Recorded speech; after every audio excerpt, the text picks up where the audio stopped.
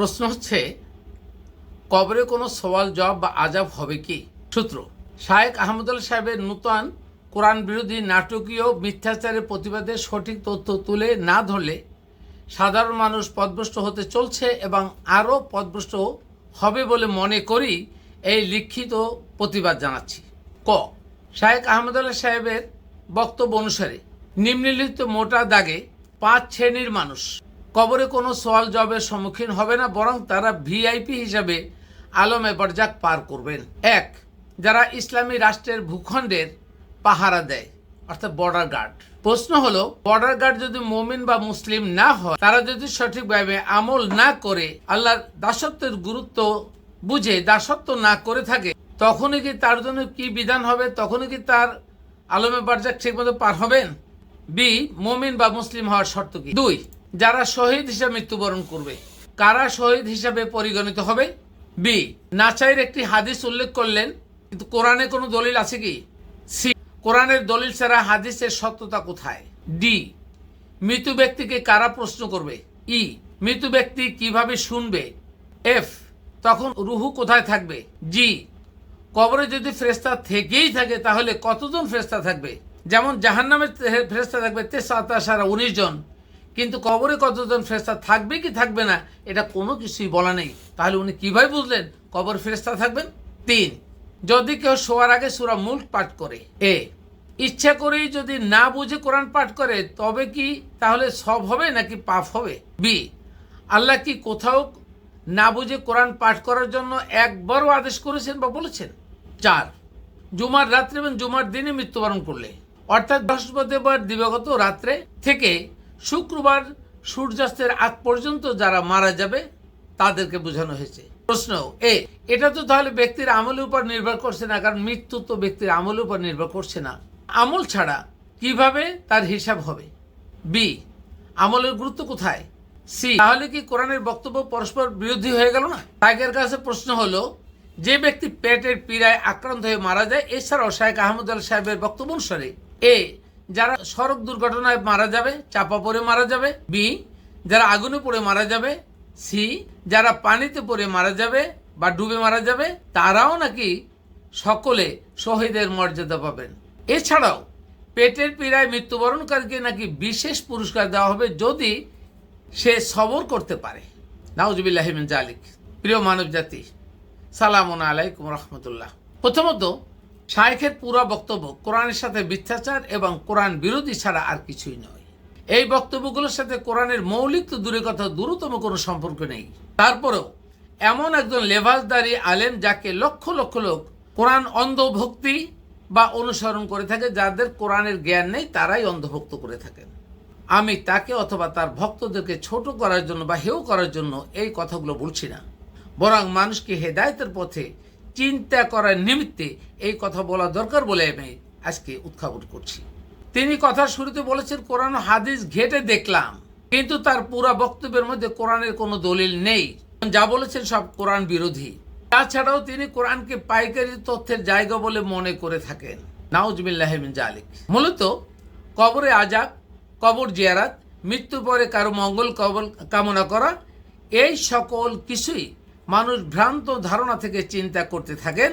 অনেকেই আমরা বলে থাকি একজন লোক মারা যাওয়ার পরে আল্লাহ তাকে জান্নাতে ফেরদৌস নসিব করে দেন, কিন্তু এই দোয়ায় কোনো কাজ হবে না যদি সেই ব্যক্তি জীবিত থাকা অবস্থায় তার আমলের পরীক্ষা না দিয়ে থাকে। সে যদি ভালো আমল করে না যায় তাহলে তার কারো কোনো দোয়ায় কাজ হবে না। কারণ বেশিরভাগ মানুষের মধ্যে কোরআনের মৌলিক জ্ঞান নেই বিধায় তারা যাই শোনে তা অকপটে বিশ্বাস করতে থাকে।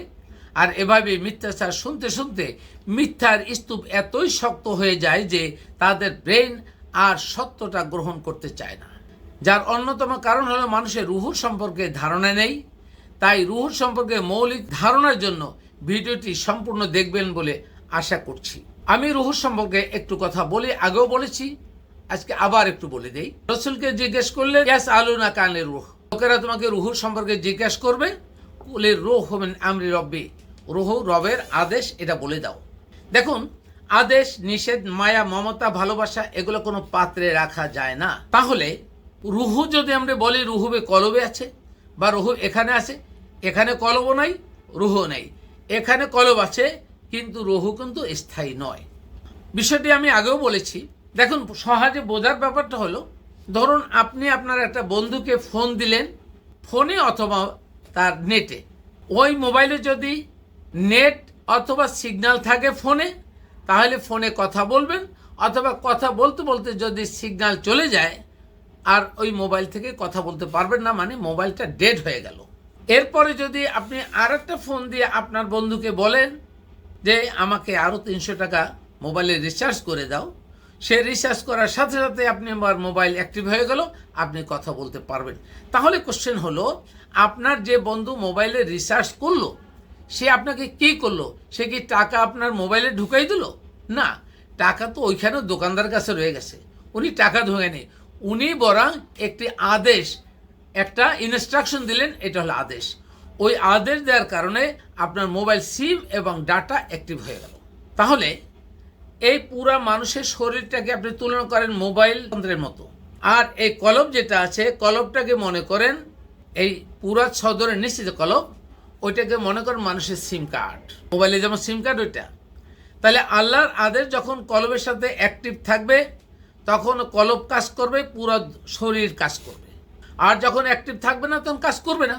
মানুষ যখন মৃত্যুবরণ করে, ভ্রূণ থেকে শুরু করে মৃত্যুবরণ করার আগ পর্যন্ত আল্লাহর আদেশ কার্যকরী থাকে। আর যখন মানুষ মৃত্যুবরণ করে, তখন ডেড মোবাইলের মতো আর কোনো কার্যকারিতা থাকবে না। তাহলে মানুষ মারা যাওয়ার পরে কবর জিয়ারত করা, তার জন্য দোয়া করা, কবরে আযাব, এ সকলই বানানো মিথ্যা কথা। কোরআনের সাপেক্ষে কোনো দলিল নাই। পারলে আপনারা উল্লেখ করেন, কোরআনে একটা দলিল দেখান। সুতরাং এগুলো দিয়ে মানুষকে ভ্রান্ত ধারণা দেখানো হচ্ছে। মানুষ জীবদ্দশায় যে কাজ করবে, যখন যে কাজ করবে, এটাই তার আমল, এবং সঙ্গে সঙ্গে তার বিচার হচ্ছে। ফলাফলটা শেষ বিচারের দিনে হবে, কিন্তু এখনের বিচার আপনি এখনই হচ্ছে। আপনি যদি মনে করেন যে শেষ বিচারের দিনে বিচার হবে, তাহলে আপনি অন্যায় করতেই থাকবেন, আর শেষ বিচারের দিনে তার আগে পারলে মাফ করে নেবেন, তওবা করবেন। That cannot be. এটা আমি আগেও বলেছি। দেখুন, আল্লাহ এই বিচারের কাজটা তৎক্ষণাৎ করে ফেলেন। আপনার হিসাব নিকাশ তখন আল্লাহ সারিউল হিসাব, আল্লাহ হিসাব গ্রহণ অত্যন্ত তৎপর। সুতরাং আল্লাহ সর্বত্র আপনাকে, you are under the CC camera by almighty Allah. আপনি আল্লাহর অতাৎক্ষণিক সিসি ক্যামেরার সাথে সংযুক্ত আছেন। আপনি যখন যে অন্যায় করবেন, যখন কোরআন বিরোধী কথা বলবেন, সঙ্গে সঙ্গে ওইটার ফয়সালা ওই সময় হয়ে যাচ্ছে। বিচারের দিনে শুধুমাত্র আপনার আমল নামার জরিপ করা হবে, ফাইনাল হিসাব নিকাশ বলতে ওখানে শুধু রেজাল্ট দেওয়া হবে, কিছু লিখে দিতে পারবেন না। এই বিষয়টি, ভিডিওটি লম্বা করার আগে এখানে শেষ করছি। আবার এই ব্যাপারে আসবো, তবে প্রত্যেকটা মানুষের জন্য আমি একটু অনুধাবন করার জন্য বলে যাই, আপনারা এই কথাগুলো গভীর মনোযোগ সহকারে শোনার চেষ্টা করেন, বোঝার চেষ্টা করেন, আকল সমৃদ্ধ করেন, কোরআনের জ্ঞান অর্জন করেন, ঘেটে ঘেটে কোরআন থেকে লাভ করেন। কোরআনটা হলো পরিপূর্ণ বিধান, এরপরে অন্য কোনো বিধানের দরকার নেই। কোরআন ঘাটলে আপনি সব কিছু পাবেন। কোরআন পাইকারি জায়গার নয়। কোরআনের মৌলিক এমন কোনো তথ্য নাই যা কোরআনে নেই। আল্লাহ বলছেন, মা ফাররাত্তা ফি কিতাবি শাইইন, এই কিতাবে কোনো কিছু বাদ দেওয়া হয়নি। সুতরাং আপনি কেন কোরআন ঘেটে পাবেন না? এবং এতে কোনো সন্দেহ নেই, লা রাইবা ফিহ, এর মধ্যে কোনো সন্দেহের অবতারণা নেই। সুতরাং কোরআন ঘাটলে, কোরআন নিয়ে সাধনা করলে সকল কিছুর সমাধান পাবেন ইনশাআল্লাহ। আহমেদ জাফর, রিসার্জুল ইসলাম।